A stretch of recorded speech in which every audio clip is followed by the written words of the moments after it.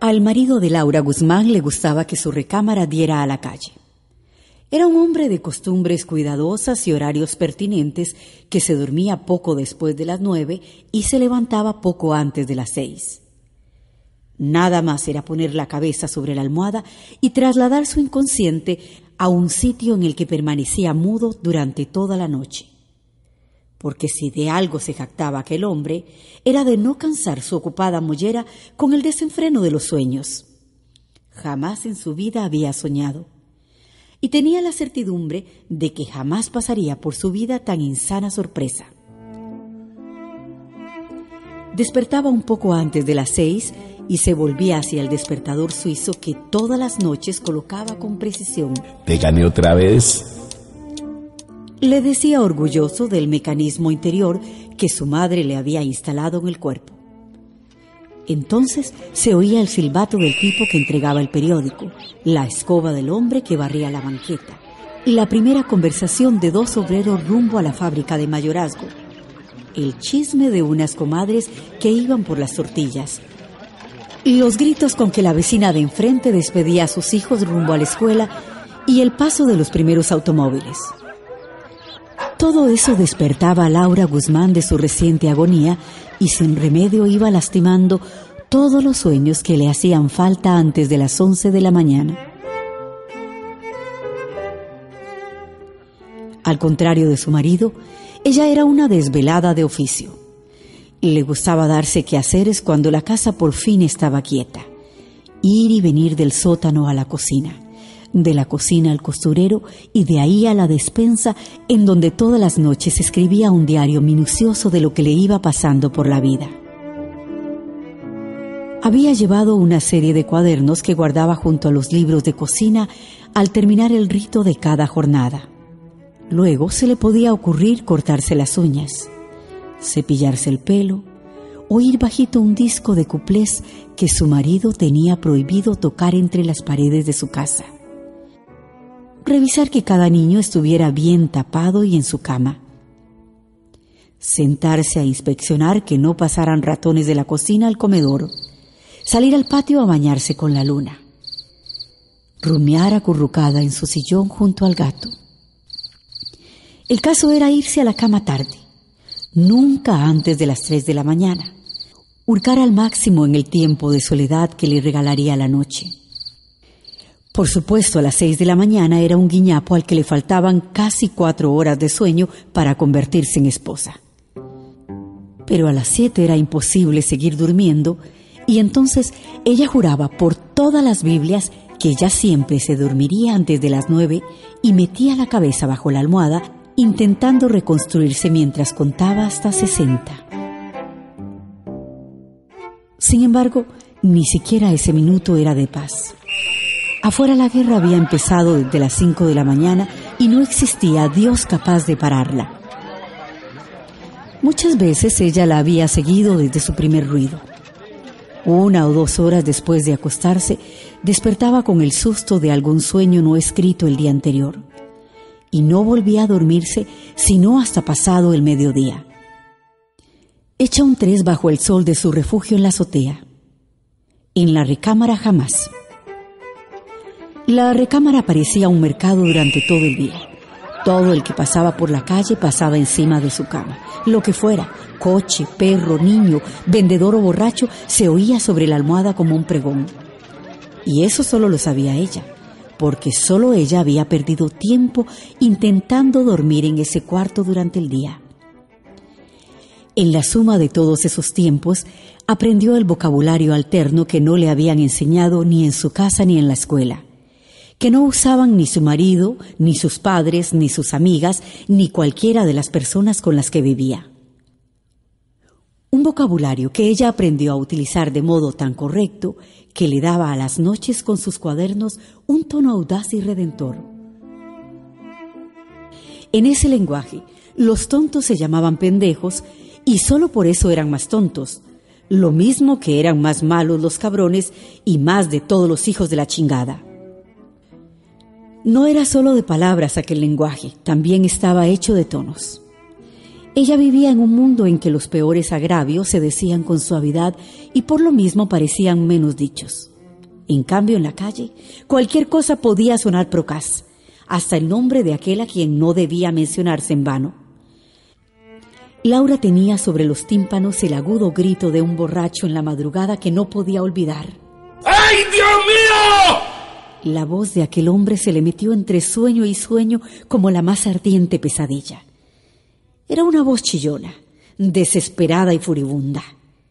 La voz de un infeliz harto de serlo que cuando llama a Dios lo insulta, lo maldice, le reclama. A la tía Laura le daba miedo aquel recuerdo, miedo y éxtasis. ¡Ay, Dios mío! Sonaba en su cabeza y sentía vergüenza, porque aquel sonido le producía un placer inaudito. «Soy horrenda», decía en voz alta y se llenaba de quehaceres ruidosos. ¿Por qué vivía ella con aquel marido hecho de tedio y disciplina? ¿Quién sabe? Ella no lo sabía y según sus reflexiones nocturnas, ya tampoco tenía mucho caso que lo investigara. Iba a quedarse ahí, con él, porque así lo había prometido en la iglesia, porque tenía devoción por sus hijos y porque así tenía que ser. Ella no era Juana de Arco, ni tenía ganas de que la quemaran viva. Después de todo, solo en sueños conocía un mejor sitio que su casa. Y su casa solo era su casa porque se la prestaba el señor con el que dormía. De entre los variados problemas que le daba aquel matrimonio de conveniencia, uno de los peores era recibir elogios en público. Su marido era experto en eso. Podía pasar semanas lejos, visitando negocios o mujeres más ordenadas. Podía vivir en su casa un día tras otro sin hablar mayor cosa, mudo de la cama al comedor y del comedor a la oficina.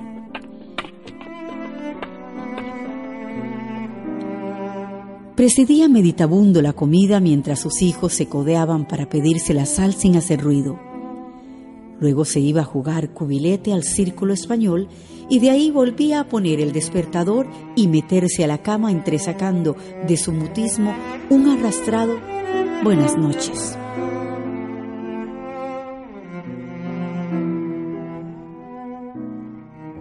Días idénticos podía pasar sin fijarse ni de qué color estaba vestida su mujer.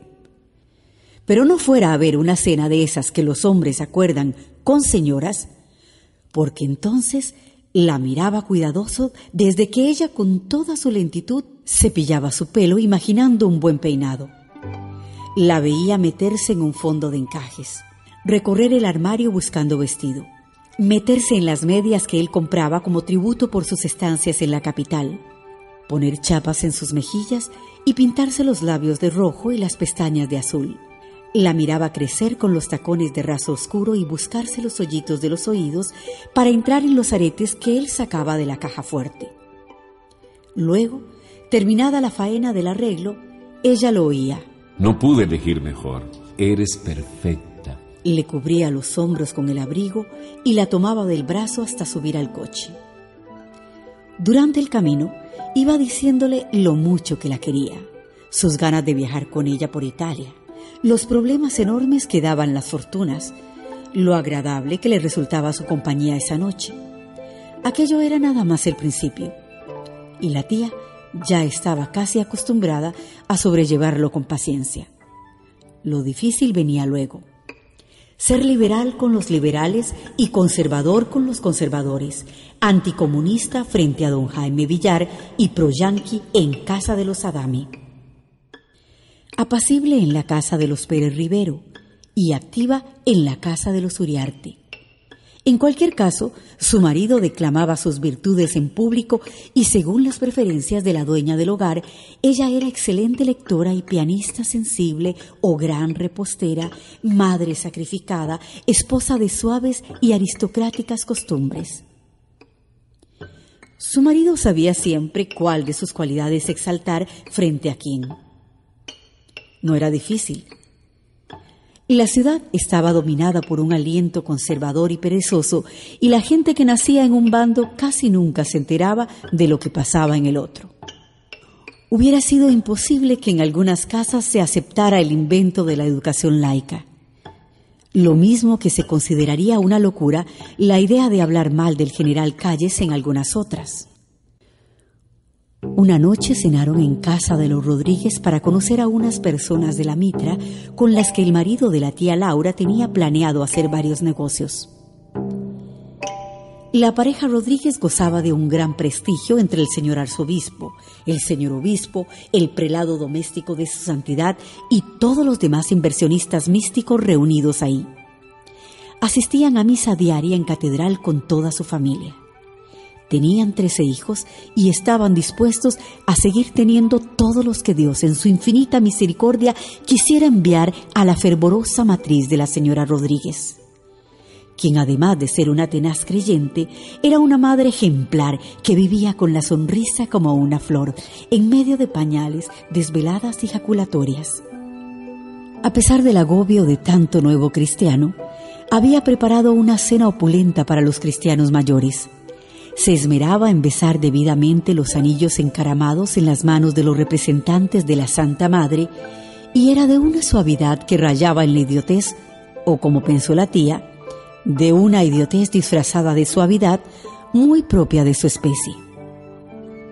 La tía Laura sobrellevó con heroísmo la conversación sobre la santidad de su santidad el Papa y las explicaciones teológicas que hacían plausible la venta de unos terrenos y la compra de otros que figurarían como patrimonio de su marido para que el gobierno, que era tan perverso, no se los fuera a quitar a la Iglesia. La Iglesia no podía tener nada que no le quisiera quitar el gobierno. Por aquel favor, que más que eso debía considerarse una obra pía, la Iglesia le proporcionaba al marido una bendición papal, 3 rosarios de pétalo de rosa, una astilla de la cruz de Jesucristo, un clavo tocado en los clavos sagrados y 500 metros de los 20,000 que quedarían a su nombre. El cónyuge de la tía estaba tan encantado con aquel negocio que esa noche exageró las virtudes de su mujer.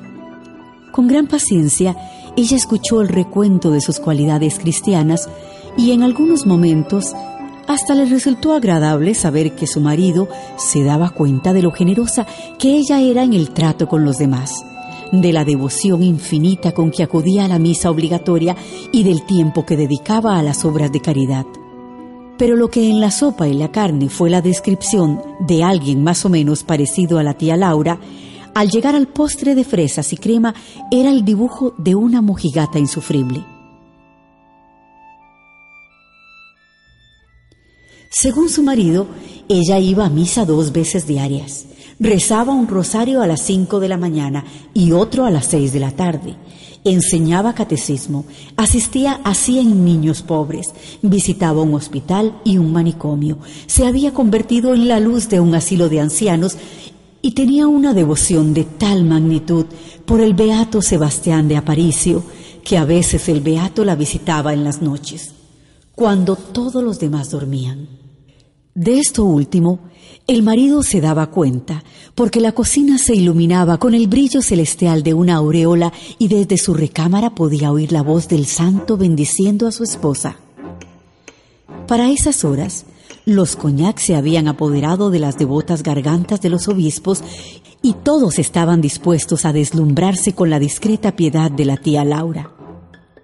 Entonces ella, que había decidido soportar hasta el fin esa tortura, se refugió en el postre como en el único escondite posible. Pero para su desgracia, la ocupada maternidad de la anfitriona le había impedido darse cuenta de que la crema estaba rancia. ¡Ay, Dios mío!, gritó la tía Laura escupiendo las fresas, aventando la cuchara, llenando el aire con el furor y el éxtasis que aquel grito le producía. Doña Sara Rodríguez cayó de rodillas con los ojos llorosos. Dijo transida: «No tiene nada que perdonarme», aclaró la tía Laura, quien ya con la boca desatada se siguió de frente con el vocabulario callejero que había tenido trabándole la lengua toda la noche. Sin detenerse ni a respirar, acribilló la lista de sus atributos piadosos y calificó a su marido, a los Rodríguez y a los obispos con todos y cada uno de los memorables adjetivos que había colocado en el centro de sus entrañas el impío balcón de su recámara. Luego salió corriendo hasta su casa y se acostó a dormir en aquel cuarto lleno de improperios y bulla, sin levantar la cabeza en 10 horas de olvido. ¡Ay, Dios mío!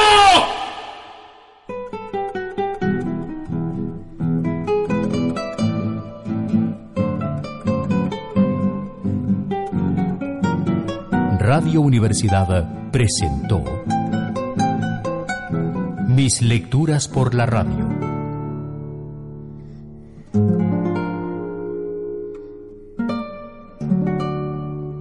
Un espacio para estudiantes, docentes y todas las personas que gustan de las buenas obras literarias. Una selección literaria del programa de estudios del Ministerio de Educación Pública. Narración: María Steiner, Gerardo Arce. Selección y comentario de textos: Ruth Cubillo. Conducción: Karen Calvo. Asistente de producción: Alejandra Carballo. Producción general: Ruth Cubillo y Fernando Mora. Grabación, edición y musicalización: Fernando Mora. Dirección general: Liliana Solís y Giselle Boza.